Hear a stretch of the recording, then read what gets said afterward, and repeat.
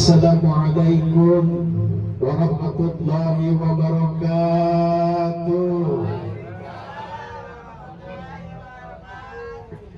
Baginda Rasul pernah bersabda di dalam hadisnya, ada 3 golongan orang yang tidak wajib menjawab salam. Yang pertama orang gila, yang kedua orang kafir, yang ketiga orang rada budek. Coba saya tes 1 kali lagi. Assalamualaikum warahmatullahi wabarakatuh. Alhamdulillah, kompak terpaksa takut dikatain ilmu umat Islam itu percis kayak odol. Ibu tahu odol, Bu? Ibu tahu odol? Kalau dipencet dasar odol.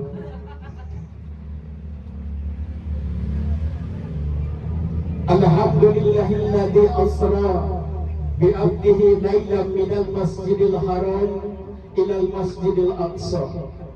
Asyhadu an la ilaha illallah wahdahu la syarika lah wa asyhadu anna sayyidana Muhammadan abduhu wa rasuluhu la nabiyya ba'dahu. Allahumma salli wa sallim ala habibina wa nabiyyina wa syafi'ina wa maulana Muhammadin wa maulana Muhammadin wa maulana Muhammadin wa ala alihi wa sahbihi ajmain, amma ba'du. Qala Allah Ta'ala fil Qur'anil Karim, a'udzu billahi minasy syaithanir rajim. Bismillahirrahmanirrahim. Innama ya'muru masajidallah man amana billahi wal yawmil akhir. Wa qala Nabi sallallahu alaihi wasallam, as-salatu imaduddin, sadaqallahul adzim. Saudara-saudariku hamba Allah kekasih Rasulullah, calon-calon penghuni surga yang berbahagia. Pertama-tama yang paling utama yang saya muliakan, guru saya Kiai Hadir Kiai Haidar Alwi Wahyu Negara, juga yang saya muliakan Kiai Bahrudin, ada Kiai Dede, ada Ustadz Ali, ada Ustadz Jaya, ada Ustadz Surya, Ustadz Musa dan orang tuanya, Kiai Beng. Kita doakan guru-guru kita semoga sehat, berkah, panjang umur, murah rezeki yang berkah dan yang cukup, dan ilmunya bermanfaat untuk kita semua. Amin ya Allah ya Rabbal Alamin. Juga yang sayang hormati yang saya muliakan Bapak Sulam sekeluarga, mudah-mudahan sehat, berkah, panjang umur, dan ibu-ibu semuanya, bapak-bapak yang saya tidak absen satu-satu, mudah-mudahan semuanya sama-sama dimuliakan oleh Allah Subhanahu wa Ta'ala. Segala puji hanya milik Allah, salawat serta salam hanya milik Rasulullah sallallahu alaihi wasallam. Mudah-mudahan kita yang hadir pada saat ini akan termasuk ke dalam sederetan golongan umatnya yang akan mendapatkan syafaat kelak di yaumil qiyamah. Amin ya Allah ya Rabbal Alamin. Biasa ikan sepat, ikan gabus ditambah ikan lele, lebih cepat, lebih bagus, nggak usah bertele-tele. Karena ikan sepat, ikan gabus hidupnya di air tawar, lebih cepat, lebih bagus. Karena yakin saya jemaah udah pada lapar. Udah lapar ya, Bu? Atau ikan sepat, ikan gabus hidupnya di Kalimalang, lebih cepat, lebih bagus, biar kita cepat pada pulang. Jalan-jalan ke pasar Keranji, lewatnya pasar Klender, jangan lupa beli telur. Pokoknya mah ngaji, jangan pada nyender, kalau nyender pada. Saudara-saudariku hamba Allah kekasih Rasulullah, calon-calon penghuni surga yang berbahagia. Ada 3 bulan yang sangat dimuliakan, diagungkan serta dibesarkan oleh Allah dan Rasulnya. Apabila di bulan-bulan itu kita berdoa, meminta, memohon, pasti doa kita, permintaan kita, permohonan kita akan dikabulkan oleh Allah Subhanahu wa Ta'ala. Dan apabila di bulan-bulan itu kita bertobat dari segala dosa-dosa kita, Walaupun dosa kita setinggi gunung menjulang, sebanyak buih di lautan, sebanyak pasir di padang pasir, wallahi pasti dosa-dosa kita akan diampuni oleh Allah Subhanahu wa ta'ala. Dan apabila di bulan-bulan itu kita meningkatkan amal ibadah kita, pasti pahalanya akan dilipat gandakan oleh Allah Subhanahu wa ta'ala. Bulan apakah itu sehingga sangat dimuliakan, diagungkan, serta dibesarkan oleh Allah dan Rasul-Nya? Yang pertama adalah bulan Rajab. Bulan Rajab dikenal dengan Syahrullah, bulannya Allah. Dan di bulan Rajab ini kita harus banyak-banyak berdoa. Allahumma barik lana fi Rajab wa Sa'bana. Allahumma barik lana fi Rajab wa Sa'bana wa balikna Ramadana wa balikna Ramadana. Duhai Allah, berkahilah umur kami di bulan Rajab dan Sya'ban, serta sampaikan umur kami sampai bulan Ramadan.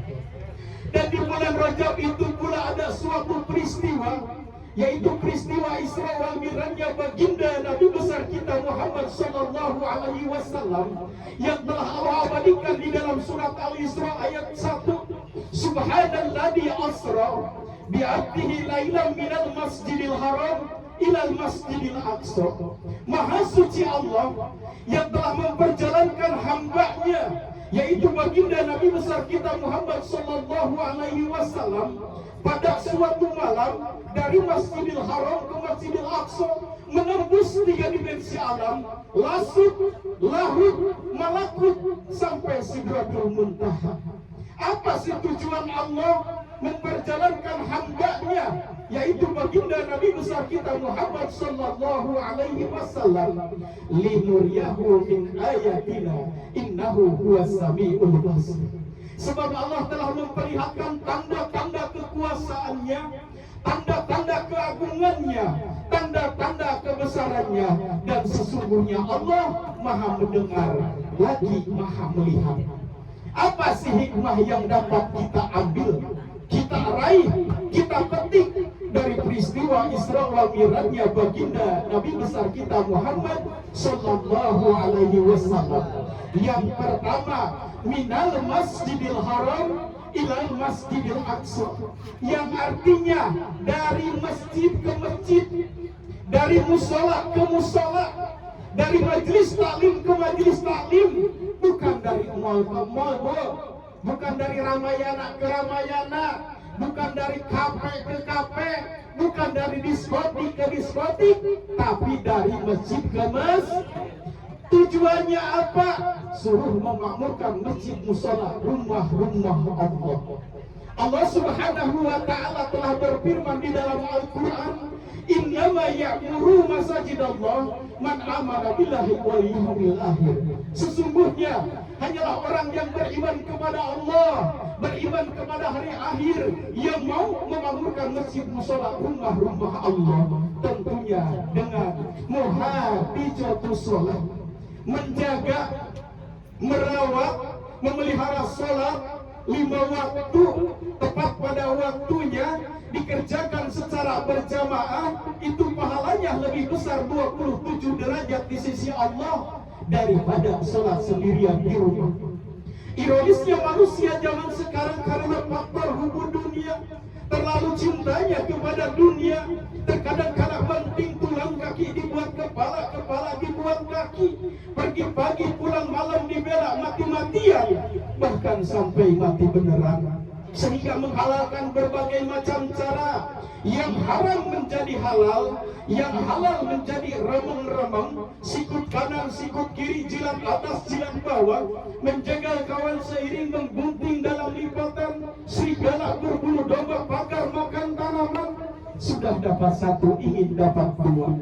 Sudah dapat 2 ingin dapat 3, sudah dapat 3 ingin dapat 4, sehingga rumahnya pun bertingkat, mobilnya mengkilap, uangnya banyak berlipat-lipat, sawah dan kebunnya berhektar-hektar di Jawa Barat, suami istri tampan, cantik dan memikat. Namun sayang 1000 kali sayang, setiap hari kehidupannya terjadi kiamat. Sebab apa? Sebab sudah berani meninggalkan sholat. Sehingga sholat kita sering disindir dan disinggung oleh sebuah lagu qasidah. Johor kerepotan, asar di perjalanan, maghrib kecapean, isya ketiduran, subuh. Bu, ada yang di sini jam sholat subuhnya sering kesiangan, Bu? Di kampung saya ada, Bu, ibu-ibu. Ibu tahu Binjai nggak, Bu? Mana, Bu? Binjai Bintara Jaya, Bekasi Barat. Ada ibu-ibu tetangga saya jam 8 baru bangun tidur. Dia buka hordeng, kelihatan keluar udah terang, ditutup lagi, Bu, hordengnya. Dia matiin lampu, ke kamar mandi, ambil wudhu, gelar sejadah pakai mukena, kira-kira jam 8 sholat apa, Bu? Kok ada kunutnya? Itu namanya sholat subuh ke siang. Kata Nabi, ini kata Nabi, Bu, barang siapa rumah tangga sudah 10 tahun, 20 tahun, 30 tahun hidup masih miskin, hidup masih susah, hidup masih melarat, jawabannya cuma satu, barangkali subuhnya sering kesiangan. Sebab Nabi pernah bersabda di dalam hadisnya, barang siapa yang qobliyah subuh 2 rakaat di masjid ataupun di musola, aku berikan pahala khairul dunia wa ma fiha. Aku berikan kekayaan dunia sama isi-isinya. Itu baru qobliyah subuhnya, belum salat subuh berjamaahnya. Aku berikan pahala sama dengan orang salat semalaman suntuk. Bapak hadirin hamba Allah kekasih Rasulullah, calon-calon penghuni surga yang berbahagia. Dan masjid yang kita gunakan untuk salat di hari kiamat bakal jadi sarana, bakal jadi kendaraan, bakal jadi pesawat, bakal jadi kapal untuk menjembatani jembatan Shiratal Mustaqim. Dalam satu riwayat, Bu, jembatan Shiratal Mustaqim jauh perjalanan 1500 tahun.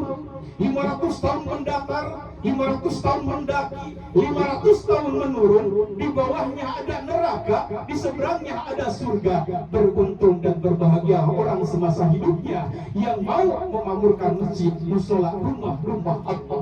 Di hari kiamat punya sarana, punya kendaraan, punya pesawat, punya kapal. Amin ya Allah ya Rabbal Alamin. Sebagai satu kesimpulan, Bu, nasi padang nasi kering dimakan di daun talas. Dengar ajannya mas sering diajak sholat pada nasi padang nasi kering dicampur dengan beras perak. Dengar ajannya mas sering diajak sholat pada pura. Jalan-jalan ke pasar Keranji.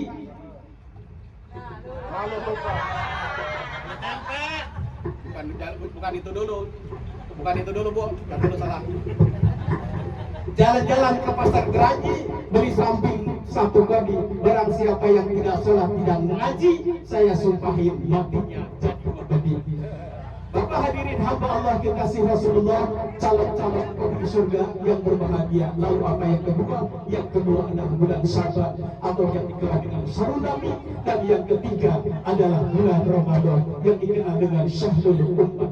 Mudah-mudahan di bulan yang mulia ini kita dapat meningkatkan amal ibadah kita kepada Allah Subhanahu wa Ta'ala. Amin ya Allah ya Rabbal Alamin. Itu aja yang saya bisa sampaikan, kurang lebihnya mohon maaf. Akhirul kalam, assalamualaikum warahmatullahi wabarakatuh. Para jamaah, itulah tausiah ceramah yang disampaikan oleh Kiai Maulana